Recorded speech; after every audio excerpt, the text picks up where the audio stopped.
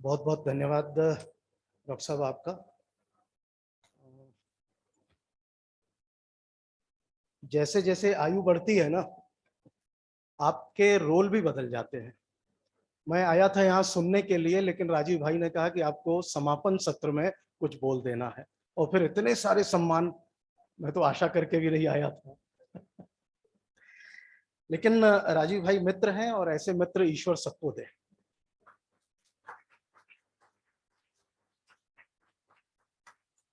आज एनबीटी में एक विशेष कार्यक्रम था। उस कार्यक्रम से होकर के सीधे यहाँ आ रहा हूं मैं, लेकिन उससे पूर्व प्रोफेसर आर एन वत्स जी को मैं प्रोफेसर ही कहता हूं, ये मेरी दूसरी मुलाकात है। एक वैवाहिक कार्यक्रम में मैं उनसे मिला था, लेकिन जो संवेदना के भाव उन्होंने प्रकट किए थे वो एक प्रोफेसर के द्वारा ही प्रस्तुत हो सकते हैं, इसलिए मैं आपको प्रोफेसर कहता हूं आर एन वत्स। मेरे मित्र, मेरे बड़े भाई भागी जी और प्रोफेसर गांधी, हमारी अग्रजा, हमारी बहन यहाँ पर उपस्थित हैं, डायरेक्टर एसओएल। वो कभी कभी कहती हैं कि एसओएल में मुझे क्यों भेज दिया गया है। प्रोफेसर श्री प्रकाश जी, प्रोफेसर बलराम पाणी जी और उपस्थित साथियों, आप देख रहे होंगे कि मैं सूत्र नहीं पकड़ पा रहा हूं अपनी बात का, इसलिए बहुत भटक रहा हूं। और कोई भी विद्यार्थी और कोई भी अध्यापक इस बात को पकड़ लेता है, जैसे ही क्लासरूम में टीचर जाता है ना, तो वो समझ में आ जाता है कि आज ये तैयारी के साथ नहीं आया है। और वो मैं महसूस कर रहा हूं अंदर से कि मैं इतनी देर से जो बातों को घुमा रहा हूं वो सूत्र पकड़ने की कोशिश कर रहा हूं। उलझी ऊन है यह आज की अवस्था मेरे सामने, लेकिन उस उलझी ऊन को सुलझाने का जो काम कर रही है इस शिक्षा नीति के माध्यम से, जो 2020 की शिक्षा नीति है, जो शिक्षा नीति ही नहीं है, भारत की नीति है, पूरे भारत की नीति है, उसने इस शिक्षा को परिवर्तित करने के लिए, उसको सही दिशा में ले जाने के लिए उसने उस सिरे को, उस सूत्र को पकड़ लिया है। आप लोग इसको माने या न माने। और इस नीति के अंतर्गत जो भारतीय भाषाओं को जो प्यार कर दिया गया है, स्नेह दे दिया गया है, जो अवसर दे दिया गया है, उसके संदर्भ में मैं यहाँ 2-3 बातें रखूंगा और 5 से 7 मिनट में अपनी बात समाप्त करूंगा। आज अभी एनबीटी में और विद्या भारती का एक कार्यक्रम वहां चल रहा था, पाठ्यक्रम निर्माण को लेकर के, नीति के क्रियान्वयन को के संदर्भ में, और उसमें आईकेएस को फोकस किया गया था, इंडियन नॉलेज सिस्टम। और उसके साथ साथ में फोकस क्या किया गया था, हिंदी के संदर्भ में यह बात वहां पर रखने का अवसर मिला था। आप लोगों के सम्मुख यदि मैं अपनी बात रखूं तो यह जो राष्ट्रीय शिक्षा नीति 2020 है, इसका मूल बिंदु क्या है? इसका मूल बिंदु है भारत केंद्रित यह शिक्षा नीति है। लोग इसको स्टूडेंट सेंट्रिक कह रहे हैं, इसको लोग टीचर सेंट्रिक कह रहे हैं, कुछ लोग इसको कह रहे हैं कि नहीं, इसमें आईकेएस को लेकर के बहुत महत्वपूर्ण उद्बोधन किया गया है। लेकिन मैं इस नीति को मूल रूप से भारत की नीति मान करके चल रहा हूं। भारत की नीति अर्थात भारतीय भावना की नीति, भारत के लोगों की नीति, भारत बोध की नीति और भारत को जानने समझने की नीति। मैं स्वयं से ये प्रश्न करता हूं कि जिस महाविद्यालय में, जिस स्कूल में, जिस क्षेत्र में मैं पढ़ करके आया हूं, जिस भूमि से, जिस गांव से मैं निकल करके आया हूं, क्या मुझे उस बाल्यावस्था में, शैशव अवस्था में उस भूमि के बारे में, उस जगह के बारे में, वहां के रहन सहन के बारे में, वहां के खेत खलियान के बारे में, वहां की उपज के बारे में जानकारी है क्या? नहीं है। यह प्रश्न आप स्वयं अपने आप से पूछ सकते हैं कि जिस जिस क्षेत्र से आप लोग पढ़ करके निकल करके आए हैं, उस क्षेत्र के बारे में कितनी जानकारी आपको अपने अध्ययन अध्यापन के दौरान प्राप्त हुई है या दी गई है। यह जो प्राचीन और सनातन भारतीय ज्ञान और विचार की समृद्ध परंपरा के आलोक में यह नीति तैयार की गई है। पृष्ठ 4 पर एनईपी के हिंदी वर्जन में साफ साफ उद्घाटित किया गया है। ज्ञान, प्रज्ञा और सत्य की खोज को भारतीय विचार परंपरा और दर्शन में सदा सर्वोच्च मानवीय लक्ष्य माना जाता था। प्राचीन भारत में शिक्षा का लक्ष्य सांसारिक जीवन अथवा स्कूल के बाद के जीवन की तैयारी के रूप में ज्ञान अर्जन नहीं, बल्कि पूर्ण आत्मज्ञान और मुक्ति के रूप में माना गया था। यह पेज नंबर 4 पर उद्धृत पैराग्राफ है। इस भाव को अगर पोषित करता हुआ विष्णु पुराण का यह अगर आप श्लोक देख ले तो वो श्लोक क्या कहता है विष्णु पुराण का? वो श्लोक कहता है तत्कर्मयन्न बंधाय सा विद्याया विमुक्तये आया साया परम कर्म विद्यान्यास शिल्प नैपुणम। इसका अर्थ क्या है बंधुओं? कर्म वही है जो बंधन में न बांधे। क्या ये सत्य है? क्या विद्या के संदर्भ में हम उसी तरफ आगे बढ़ रहे हैं? कर्म वही है जो बंधन में न बांधे, विद्या वही है जो मुक्त करे, अन्य सभी कर्म निरर्थक क्रिया व अन्य सभी अध्ययन मात्र कारीगरी है। अतः जो मैं अंडरलाइन करना चाह रहा हूं, डॉक्टर बनना, इंजीनियर बनना या आईएएस अधिकारी बनना आदि बनना जो है वो जीवन जीने का एक साधन तो हो सकता है, लेकिन साध्य नहीं है। लक्ष्य प्रमुख है, साधन नहीं है प्रमुख। इसीलिए भारत पोषित इस शिक्षा नीति के जीवन में मानव मूल्य के महत्व को रेखांकित किया गया है। वो मानव मूल्य क्या है? स्किल और वैल्यू के बीच के अंतर को समझना होगा। स्किल की अलग परिभाषा है जिसको रेखांकित यहां पर किया गया है, और वैल्यू उसकी एक अलग परिभाषा है जिसको समय समय पर रेखांकित किया गया है। कौशल और मूल्य मित्रों दोनों अलग चीजें हैं, दोनों को एक साथ नहीं लिया जा सकता है। एक उदाहरण याद आ रहा है मुझे, आप लोगों के सम्मुख रखता हूं। अर्जुन और अश्वत्थामा की कथा है। अर्जुन और अश्वत्थामा दोनों शिष्य हैं अश्वत्थामा के पिता गुरु द्रोण के। और जब ब्रह्मास्त्र के ज्ञान की बात आती है, ब्रह्मास्त्र उस कालखंड का सर्व प्रमुख अस्त्र शस्त्र होता है, और उसको जब उसके ज्ञान की बात आती है तो गुरु द्रोण किसको चुनते हैं? आप सब लोगों को पता है, वो अर्जुन को चुनते हैं। वो अश्वत्थामा को इसके लिए नहीं चुनते हैं। ऐसा वो क्यों करते हैं? क्योंकि उनको पता है कि जो सुयोग्य है उसके दोनों के मूल्यों में अंतर है। अश्वत्थामा के जीवन मूल्य अलग है, अर्जुन के जीवन मूल्य अलग है। अतः गुरु द्रोण ने जो ब्रह्मास्त्र चलाने का गुण दिया वो अर्जुन को सिखाया, अश्वत्थामा को नहीं सिखाया। ऐसा क्यों किया उन्होंने? क्योंकि ये जो गुरु का भाव है, जो गुरु का गुरुत्व है, वो पिता के तत्व पर, पिता के भाव पर हावी होता है, और वो इसे चुनते हैं। यानी कि पिता का भाव उस समय गौण हो जाता है और गुरु का जो भाव है वो आगे चला जाता है। यही भारत की शिक्षा नीति हमें प्रेरित करती है, दृष्टि देती है और दिशा देती है। लेकिन इससे क्या संबंध निकल करके आता है शिक्षा नीति में? भारत की जो शिक्षा नीति है, आप स्वयं अपने आप को, इस भाव को छात्र छात्राओं के सम्मुख प्रकट करें तो आपको स्वयं पता चल जाएगा कि जो मैं हूं, मेरा जो व्यवहार है, मेरा जो आचरण है, उस आचरण और व्यवहार को लेकर के अगर मैं कहता कुछ हूं और करता कुछ हूं तो बालक को हम प्रेरित कर पाएंगे क्या? शिक्षार्थी को प्रेरित कर पाएंगे क्या? छात्र छात्रा को हम प्रेरित कर पाएंगे क्या? नहीं। एक सामान्य सा सूत्र है, झूठ मत बोलो, लेकिन मेरे स्वभाव में झूठ बोलना है, विद्यार्थी को पता चलता है। वो कहते हैं सदा सदाचारी रहो, मेरे आचरण में ही सदाचार नहीं है, मेरा आचरण से ही मैं निकृष्ट भाव वाला हूं, और वो उन लोगों को पता है। तो क्या मेरे उस भाव को वो स्वीकार करेंगे, अंगीकार करेंगे क्या? नहीं। तो इसलिए यह शिक्षा नीति उस गुरु के गुरु तत्व को जगाती है, उसके आचार्य भाव को जगाती है, उस आचार्य के बोध को जगाती है। और ऐसी शिक्षा नीति आज यह भारत के दिशा को आमूलचूल परिवर्तन करने के लिए हमारे सम्मुख यहाँ पर है। रोल मॉडल के रूप में हमें जीवन मूल्यों, आचरणों और प्रमुख रूप से देखा जाए तो अध्यापक के जीवन जीने के संस्कार से ही विद्या जो है वो शिक्षार्थी को प्राप्त होती है। शिक्षा नीति 2020 में भारत की समृद्धशाली शिक्षा व्यवस्था के कुछ प्रमुख नामों का उल्लेख किया गया है। आप लोगों ने पृष्ठ 5 या 4 पर यह देखा होगा, चरक चाणक्य का जिक्र आता है, पाणिनि पतंजलि का जिक्र आता है, गौतम गार्गी का जिक्र आता है, साथ साथ में एक जिक्र आता है तमिल के विद्वान तिरुवल्लुवर का। तिरुवल्लुवर को लेकर के हम कितने सजग हैं, कितने ज्ञान रखते हैं, उनके बारे में कितनी जानकारी हम रखते हैं।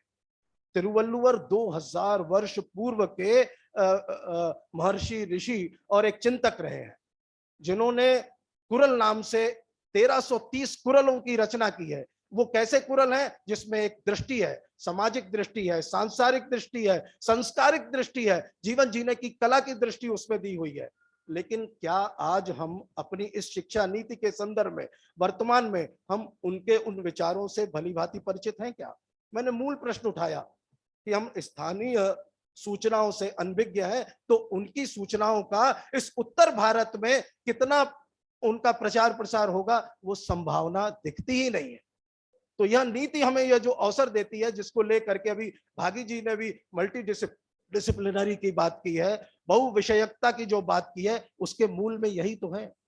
और वो आगे क्या कहते हैं, उसका हिंदी एक उनके कुरल का एक हिंदी अर्थ आप समझ लीजिए, कहना तो सबके लिए रहता है आसान, करना जो जैसा कहे है दुस्साध्य निदान। क्या इसका संक्षिप्त भाव है, इस संसार में कथनी और करनी में समानता प्रकट करने वाले विरले ही लोग मिलते हैं।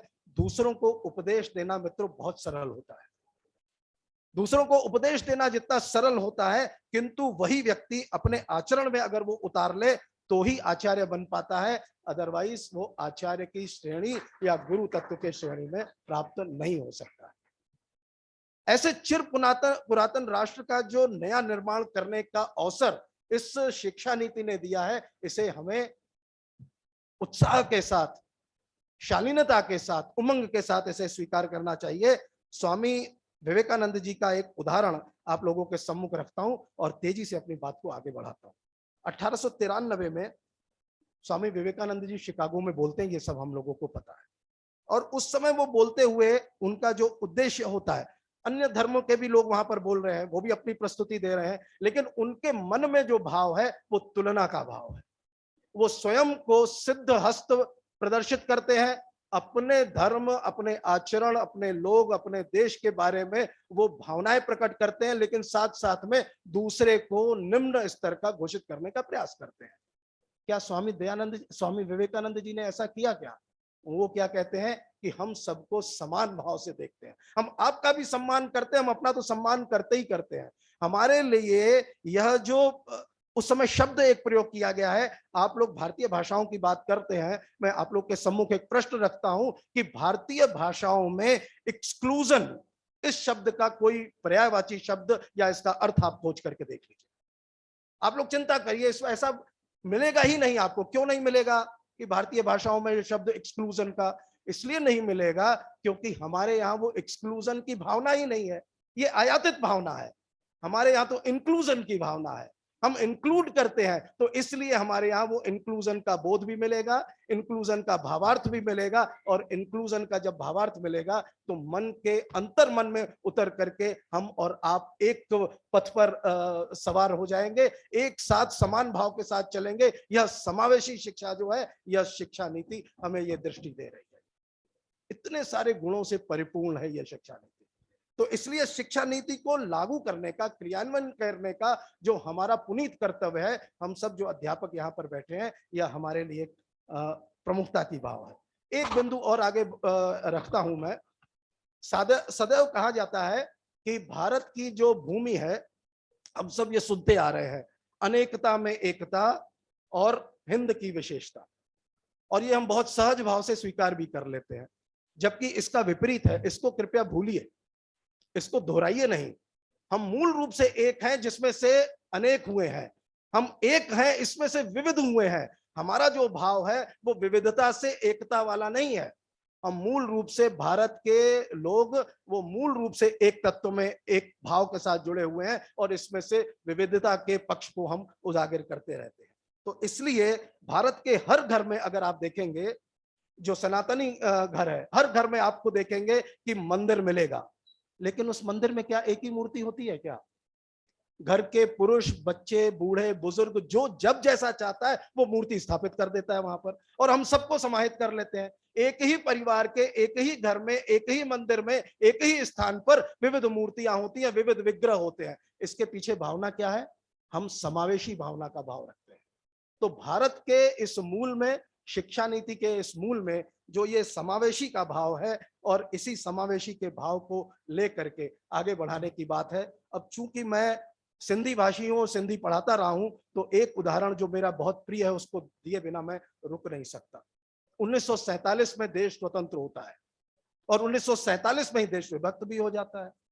एक तरफ प्रसन्नता का बोध है और एक तरफ गम का है, खुशी का नहीं। एक तरफ खुशी है तो एक तरफ गम है, एक तरफ तकलीफ है। विभाजन भी साथ साथ होता है और देश की स्वतंत्रता भी साथ होती है। कुछ टुकड़े कट जाते हैं, और कुछ टुकड़े कट जाते हैं तो उसमें एक पंजाब के 2 टुकड़े होते हैं, वो दोनों तरफ आधा रह जाता है, बंगाल के 2 टुकड़े होते हैं, वो दोनों तरफ आधा रह जाता है। एक तरफ ऐसा सिंध बॉर्डर का एरिया है जिसका टुकड़ा ही नहीं होता और इतनी बड़ी सीमा है। अगर आप तसव्वुर करके देखें, कल्पना करके देखें, तो रण ऑफ कच्छ से लेकर के और मुनाबाब जो जैसलमेर और जोधपुर की तरफ पूरा का पूरा जो ये किलोमीटर का स्ट्रेच है वो सिंध की भूमि है। वो क्या उसमें से एक गांव भी इधर नहीं आ सकता था? अगर एक गांव आ जाता तो कम से कम भारत देश में ये तो कम से कम ना कुछ लोग उठाते थे कि राष्ट्रगान से सिंध को निकाल दो। बड़ा अजीब लगता है जब कोई इस प्रकार का प्रश्न उठा देता है। करते हो याद जश्न आजादी को तुम साल दर साल, 47 की काली रात भी याद करके तो देखो, और चीख खून बलात्कार बिछो खुद ब खुद दिख जाएगा, किसी सिंधी की आंख में झांक करके तो देखो। और कहते हो क्या हुआ जो सिंध छोड़ा है, मजाक करते हो, कहते हो क्या हुआ जो सिंध छोड़ा है, अपने मोहल्ले को जरा छोड़ करके तो देखो और बिछोह के दर्द का एहसास अभी हो जाएगा, अपनी मां से 2 पल जुदा हो करके तो देखो। और उठाते हो बेजा सवाल राष्ट्रगान से सिंध निकाल दो, उठाते हो बेजा सवाल राष्ट्रगान से सिंध निकाल दो, नहीं मिलेगा सिंधियों जैसा योगदान खोज करके तो देखो, और सिंध के तप व सामर्थ्य का अनुभव हो जाएगा, किसी सिंधन के गर्भ से जन्म लेकर के तो देखो। ये जो पीड़ा है ये पीड़ा हमारी पीड़ा है, सबको इसका पता ही नहीं है। तो यह जो भाषाओं की पीड़ा है, इस पीड़ा का भाव माननीय अटल बिहारी वाजपेयी जी को पता चल गया। 1956 की घटना है, वो गोंडा के बगल में एक बलरामपुर जगह है अयोध्या के पास में, वहां से लोकसभा का चुनाव जीत करके आते हैं, और लोकसभा का चुनाव जीतने के पश्चात वो कहते हैं कि नहीं, संविधान में सिंधी भाषा को भी सम्मिलित हो जाना चाहिए। 47 से लेकर के 20 वर्ष लगते हैं भागी जी संविधान के शेड्यूल में सिंधी भाषा को सम्मिलित करने में। 20 वर्ष, एक पूरी की पूरी जनरेशन खत्म हो जाती है। तो अटल बिहारी वाजपेयी जी से 56 में ये पूछा जाता है, पत्रकार पूछते हैं, आप इसका उदाहरण उनके भाषणों को लोकसभा में मेरे 3 दशक इस पुस्तक में आप पढ़ सकते हैं, आप गूगल कर सकते हैं। पत्रकारों ने उनसे पूछा कि आप ऐसा क्यों करते हैं कि आप हिंदी भाषी हैं, सिंधी के लिए इतना ज्यादा बोलते रहते हैं कि सिंधी को भारतीय संविधान में सम्मिलित कर दिया जाए। तो बहुत गंभीर भाव से उन्होंने उत्तर दिया, आदरणीय वत्स जी, वो आपको रेखांकित करते हुए बता रहा हूं मैं। अटल जी कहते हैं कि हिंदी मेरी माँ है और सिंधी मेरी मौसी है। तो यह जो माँ और मौसी के बीच का जो भाव है, यह जो बहनापा है, ये बहनापा ही तो शिक्षा नीति में हमें यह देती है अवसर। और यह मैं प्रणाम करना चाहूंगा दिल्ली विश्वविद्यालय के वर्तमान प्रशासकों का, जिसमें कुछ मंच पर भी उपस्थित है। मेरा संदेश अग्रजों तक पहुंचा दीजिए दीदी कृपया, कि मैं उनकी भूरी भूरी प्रशंसा करता हूं कि भारत के इस यूजीसीएफ, भारत के इस प्रमुख विश्वविद्यालय में, जिसका शताब्दी वर्ष प्रारंभ हो चुका है, जब एनईपी की बहस चल रही थी, एनईपी पर चर्चा चल रही थी, तो भारतीय भाषाओं के उस सत्र में मैं भी उपस्थित था। दिल्ली विश्वविद्यालय में आप लोग स्वयं से पूछ करके दीजिए, मुझे यह पूछते हुए अच्छा नहीं लग रहा है। आप लोग अगर इसका उत्तर देते तो स्वयं को प्रशंसा पत्र दे दीजिएगा, नहीं तो प्रबोधन पत्र अपने आप को दे दीजिएगा कि मुझे यह जानकारी क्यों नहीं है। दिल्ली विश्वविद्यालय के भारतीय भाषा विभाग में कितनी भाषाएं पढ़ाई जाती हैं, आप लोगों में से कितने लोगों को पता होगा? और उसके साथ कितने इतनी भाषाओं के अलग विभाग हैं। दिल्ली विश्वविद्यालय के इस भारतीय भाषा विभाग में 11 भाषाएं पढ़ाई जाती हैं। उसके साथ साथ एक है हिंदी, एक है संस्कृत, एक है उर्दू और एक है पंजाबी। इस प्रकार 15 भाषाएं दिल्ली विश्वविद्यालय में पढ़ाई जाती हैं। आपका यूजीसीएफ अंडर ग्रेजुएट करिकुलम फ्रेमवर्क बहुत बोल्ड लेटर में लिखता है कि भारत के संविधान की 22 भाषाओं का अध्यापन कार्य दिल्ली विश्वविद्यालय करेगा। ये ताली बजाने वाली बात है, बजा सकते हैं आप लोग। दिल्ली विश्वविद्यालय एक ऐसा प्रमुख विश्वविद्यालय है राजीव जी, जहां पर इस प्रकार के आयोजन की, इस प्रकार की प्रमुख भूमिका उसमें उद्धृत की गई है। और अभी तक जो 15 भाषाएं पढ़ाई जाती थी, अब 7 ऐसी भाषाएं जिसमें मैथिली है, डोगरी है, नेपाली है, उस प्रकार से अन्य 7 भाषाएं जो हैं वो अब पढ़ाई जाएंगी, जो संविधान की 22 की 22 भाषाएं हैं। दिल्ली विश्वविद्यालय ने ये ऐतिहासिक रेखा खींच दी है। पूरे भारत में मैं बहुत स्पष्ट भाव से कहता हूं, कोई विश्वविद्यालय ऐसा नहीं है जहां पर 22 की 22 भाषाएं पढ़ाई जाती हो। एक ने व्यंग के रूप में, किसी बड़ा नाम है, नाम नहीं लूंगा, मुझसे ही पूछ लिया कि आप ये कितने आत्मविश्वास के साथ आप ये कह सकते हैं। तो मैंने कहा प्रश्न पूछ लीजिए। कहा जेएनयू में नहीं पढ़ाई जाती है क्या? जेएनयू उनके दिमाग पर हावी था। मैंने कहा सिंधी तो नहीं पढ़ाई जाती वहां पर। तो अपने आप में से 22 से 1 कम हो गई तो 21 हो ही गई। तो जब जेएनयू में भी नहीं है, जेएनयू वाले भी यहां से अगर सुन रहे हो तो प्रेरित हो जाएं और 22 की 22 भाषाएं स्वीकार कर लें अपने विश्वविद्यालय में।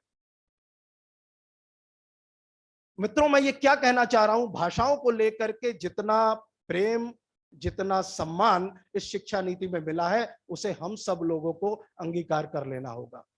मुझे 25 वर्ष हो गए हैं दिल्ली विश्वविद्यालय में सिंधी पढ़ाते हुए। एक बहुत दुखद घटना है, बहुत पुरानी घटना है, लेकिन इसी प्रकार से प्रोफेसर मोतीलाल जोतवानी, जो रामानुजन कॉलेज है इस समय, उसमें से रिटायर होते हैं। उनके रिटायरमेंट को लेकर के इस समय लगभग मैं समझता हूं कि 12 से 15 वर्ष हो चुके हैं, और उनके लिए किसी एक अध्यापक के सम्मुख ये कहा जाता है तो वो कहते हैं कि सिंधी अगर वहां से मर गई तो क्या होता है। और वो व्यक्ति आज भी दिल्ली विश्वविद्यालय में अध्यापन कार्य कर रहे हैं। अगर इस प्रकार के भाव हमारे मन में होंगे तो हम साइंस के लिए गलत भाव रखेंगे, हम कॉमर्स के लिए गलत भाव रखेंगे। हम भाषा के लोग आपके प्रति अगर सहज भाव रखते हैं तो आपका पुनीत कर्तव्य बनता है कि आप भी भाषाओं के प्रति सहज भाव रखें। गांधी मैडम को यहां से आवाज जानी चाहिए कि मैडम, सिंधी का नुकसान, बांग्ला का नुकसान, पंजाबी का नुकसान इस महाविद्यालय में नहीं होना चाहिए। ये उनका पुनीत कर्तव्य है कि वाइस चांसलर महोदय को कहें कि सर ये मैं सुन करके आई हूं और सच में ये सही प्रश्न उठाया गया है। बंधुओं, राष्ट्रीय शिक्षा नीति ने एक चैप्टर 22 दिया है। आप लोग बड़ी गंभीरता से उसे पढ़िएगा। उस चैप्टर 22 ने भारत को भारतीय भाषा की दृष्टि से एक बना दिया है। लोग जो कहते हैं ना कि भाषाओं को आपस में जो तोड़ने के लिए जो तोड़क तत्व हैं, वो भाषाओं के बीच तोड़ने का फेविकोल डालते रहते हैं, लेकिन ये वो कच्चा फेविकोल है जो उसे तोड़ ही नहीं पाते। भारत की जो भाषाएं हैं वो सिर्फ जोड़ने का काम करती हैं, वो जुड़ती रहेंगी। और राजीव जी के इस प्रिंसिपल होने के बावजूद इस डायस से अगर वो गांधी मैडम से प्रश्न करते हैं तो ये राजीव जी, आपका सम्मान भाव है उस भाषा के प्रति कि आप मन से उस बात को सोचते हैं और गांधी मैडम के सम्मुख की बात है।